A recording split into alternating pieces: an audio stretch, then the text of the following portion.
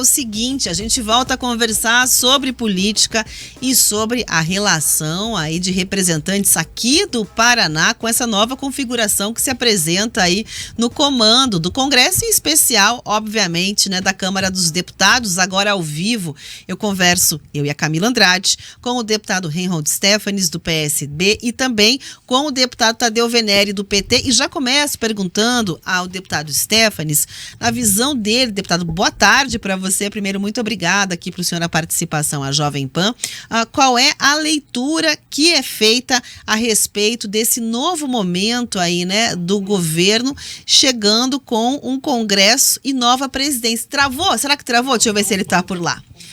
Então, vou passar aqui para o deputado Tadeu Venere, enquanto a gente destrava lá a conexão com o deputado Reinhold Stefanes, o pedido de leitura a respeito aí desse novo momento. Também travou? Ih, travou todo mundo, Camila Andrade. É que eles estão começando aí dos trabalhos lá em Brasília, né? Vamos esperar retomar ali a conexão.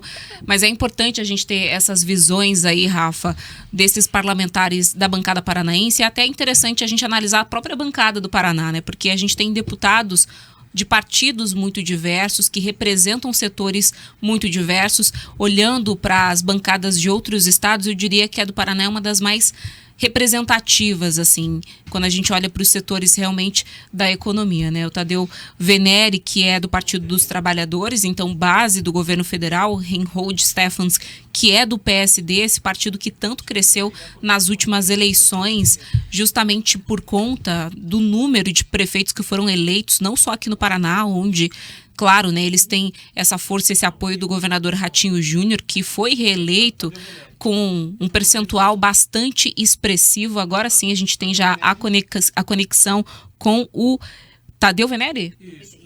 Isso, Tadeu Venere, então, do PT, para falar com a gente aí sobre esse novo contexto que a gente tem em Brasília. Os eleitores, muitas vezes, deixam de prestar atenção nesses cargos que não são eletivos, né, que não são eleitos pelo voto popular. Mas quando a gente fala da presidência da Câmara e da presidência do Senado, a gente está falando dos cargos, eu diria até que mais importantes, depois ali do primeiro escalão do governo federal, justamente porque são eles que decidem o que entra ou o que não entra em pauta, né, Tadeu? Conta pra gente qual que é a tua visão sobre essa nova configuração das casas. Bom, boa tarde, obrigado pelo espaço, pelo tempo. Eu acredito que nós estamos num momento diferente aqui na Câmara Federal.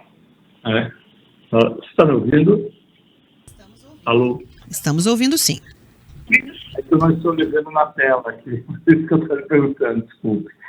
Nós estamos vendo um momento, eu espero, um momento novo na Câmara Federal, com a eleição do deputado Mota. Até porque o deputado Hugo Mota ontem no Colégio de Líderes já fez uma série de propostas que, a meu ver, são bastante necessárias e bastante pertinentes.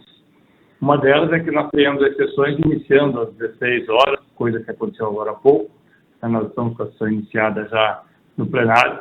Outra é que nós tenhamos sessões presenciais obrigatórias às quartas-feiras, não mais sessões feitas só pelo método do sistema remoto, que foi um método adotado após a pandemia, durante a pandemia, e que nós temos também no Colégio de Líderes as decisões tomadas, na sua maioria, por consenso. Uma situação bastante positiva, que nós tenhamos, isso para nós é importante, mas mais importante que para os deputados, é importante para a população, para a imprensa, que nós tenhamos as pautas, a ordem do dia, publicadas uma semana antes ou pelo menos 48 horas antes. Acho que esses são pontos bastante positivos. O deputado Mota, na sua primeira intervenção na segunda-feira, fez questão de ressaltar a independência do parlamento, ou seja, do poder legislativo com relação ao poder executivo. Isso fez já no sábado, ele fez essa definição também. E que eu acredito que isso é uma declaração bastante importante, mas é importante por ser respeitosa, não por ser redundante. Eu acredito que nós teremos um período, eu espero que nós tenhamos um período de menos agressividade e mais propósito. Eu ia perguntar exatamente isso. Boa tarde, deputado, aqui é a Rafaela Moron, a respeito dessa questão. Oi, tudo bem, aquela questão da condução, né, do tom de condução, porque o Arthur Lira, ele era visto ali como perfil, eu vou usar aqui truculento, mas acho que é a palavra mais próxima que eu consigo me recordar, talvez mais duro ali nessas questões. E o Hugo Motta traz uma impressão de maior flexibilidade. Agora, isso deve ser o suficiente, essa disposição, por exemplo, né, em colocar as pautas de forma antecipada, em botar essa conversa na mesa, aquela fotografia próxima, por exemplo, com o ministro Padilha, para que se tenha ali exatamente uma governabilidade mais tranquila, mais leve, para que o governo encontre menos travas na Câmara dos Deputados na condução dos seus projetos de interesse? É isso que nós esperamos, né? Eu acredito que todos os líderes agora esperam que nós possamos ter, como eu falei, uma convivência que permita à Câmara Federal ser menos um espetáculo, às vezes até dantesco, né, circense, sem nenhuma ofensa aos circos, mas circense, porque você vê mais palavrões, gritaria e poucas propostas e xingamento do que efetivamente o debate daquilo que as pessoas esperam quando elegem seus representantes. Nós deveríamos ter a consciência, e às vezes me parece que isso não acontece, nós estamos aqui representando o Estado do Paraná. Independente de quem votou, quem não votou, quem tinha preferência ao B, nós representamos o Estado do Paraná. Nós estamos aqui para buscar melhorias para o Estado do Paraná, dentro das áreas, né, nas quais nós estamos participando, temos mais identidade, mas eu espero e acredito que isso acontecerá com o deputado Hugo Motta e com a mesa diretora, uma mesa que tem uma pluralidade bastante importante também, mas que me parece ter um equilíbrio nas suas primeiras intervenções.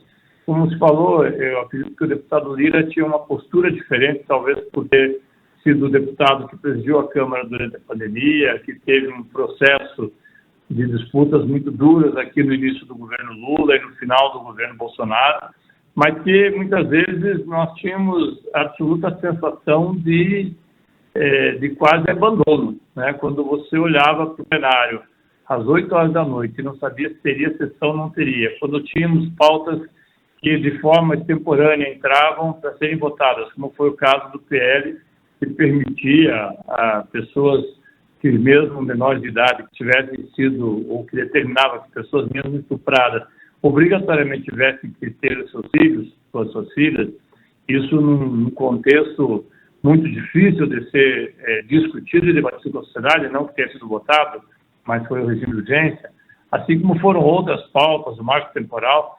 Acho que esses temas, eles exigem um debate mais apurado com a sociedade, mesmo que esteja aqui há 1, 2, 3, 10 anos, mas quando ele vem à pauta, nós sabemos que às vezes está 10 anos, mas quando ele vem à pauta para ser votado, é o momento de nós fazermos as audiências, chamarmos a população, de ouvirmos a população, porque em 10 anos muita coisa pode ter mudado, para um lado ou para outro. Então é importante que nós possamos ouvir a população e saber o que de fato ela espera que nós possamos fazer aqui. E a condução da Câmara Federal, da forma como pretende o deputado Hugo Motta, me parece ser a melhor possível, ou a intenção, pelo menos, é a melhor possível nesse sentido.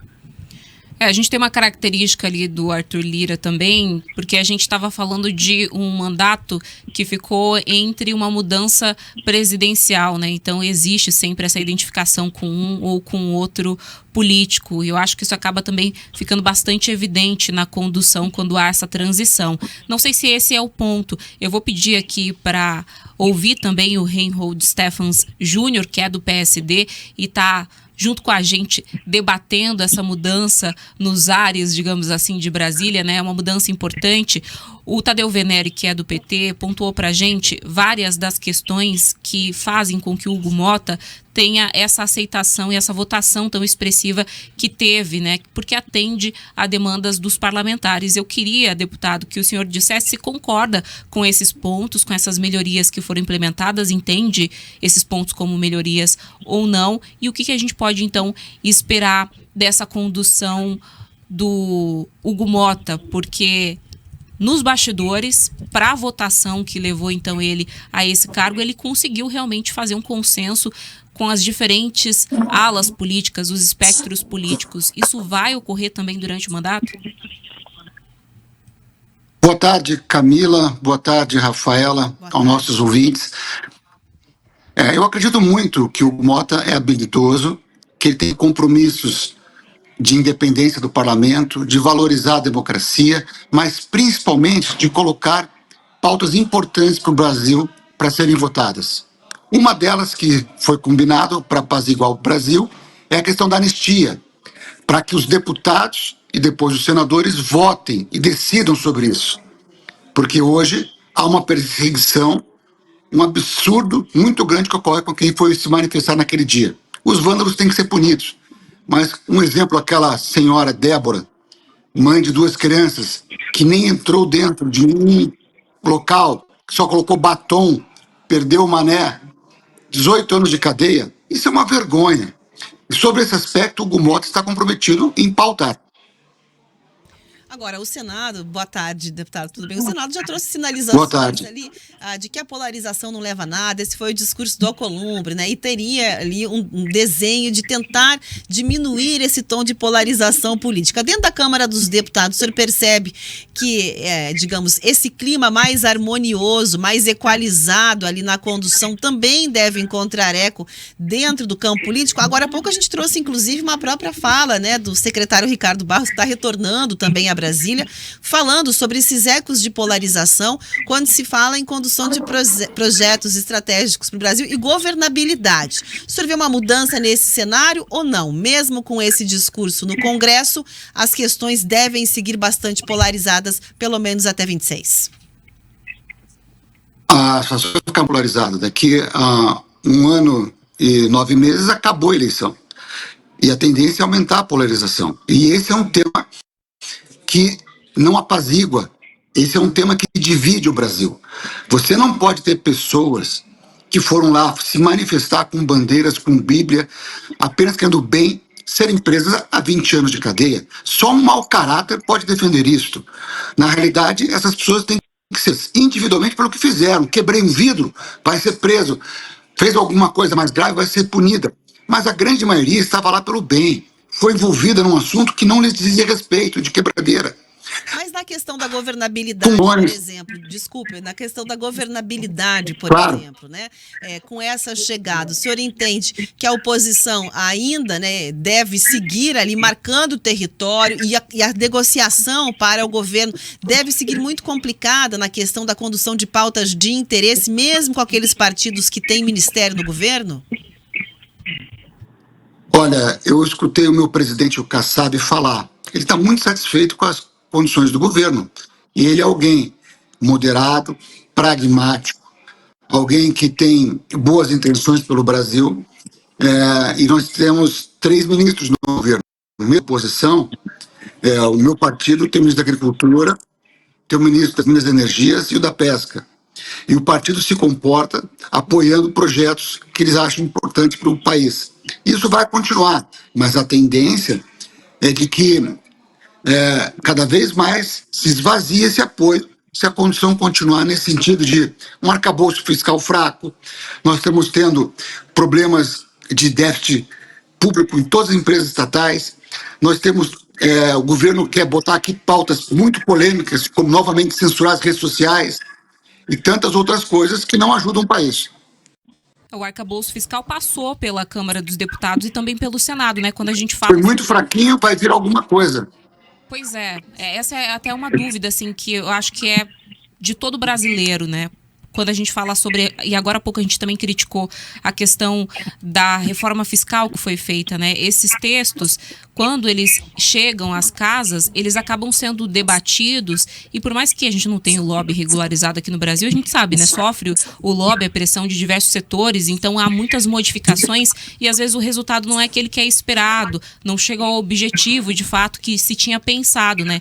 Então também é importante a gente entender como que essa polarização afeta na discussão desses assuntos, porque daí a gente ouve do próprio parlamentar dizer, né, que aquele resultado que saiu ali das casas, depois de tanta discussão, da participação popular, ele é fraco, né? Como é que a gente consegue, então, e vou trazer de volta aqui o Tadeu também para essa conversa, equalizar isso, fazer com que a gente consiga melhorar as questões, os debates, as propostas que chegam à Câmara e ao Senado, para que elas saiam de lá melhores, para que elas saiam de lá o projeto realmente ideal para o país. Eu penso que o papel da Câmara Federal é melhorar a vida da população.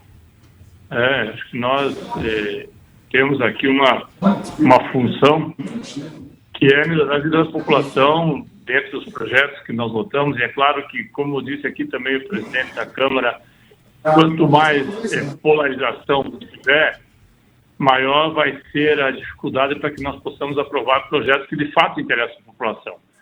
Nós temos hoje uma situação, não só no Brasil, mas uma situação mundial, que exige uma atenção muito grande de todos os governos.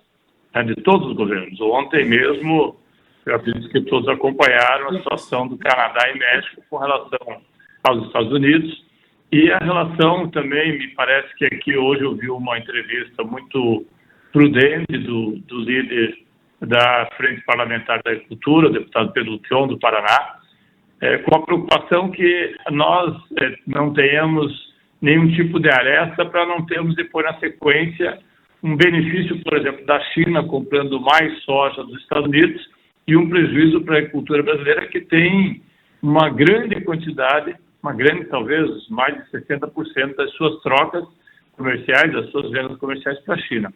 Então, a Câmara Federal tem o papel de buscar soluções.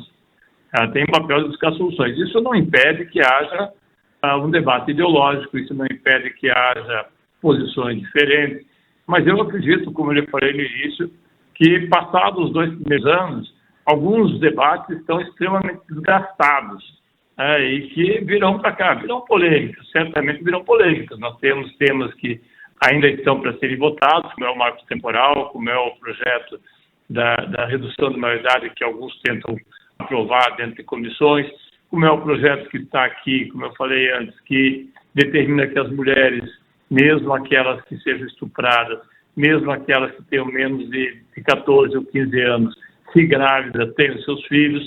Há um projeto que o presidente Arthur não quis pautar, mas que nós solicitamos para que seja pautado aqui pelo presidente Mota, do descongelamento daqueles 2 anos, do período de 2 anos que trabalharam os servidores públicos, mas que não tiveram progressão.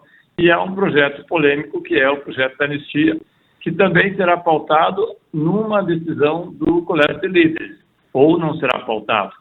No Colégio de Líderes haverá decisão se virá ou não para plenário esse tipo de projeto. Mas eu espero, e acredito que isso acontecerá, que nós tenhamos aqui uma solução e não mais um processo de apenas um debate que é estéril muitas vezes e que não leva a absolutamente nada a não ser um descrédito cada vez maior da população com relação aos parlamentos. Quero chamar aqui o deputado Stefanes. Desculpa, pode concluir.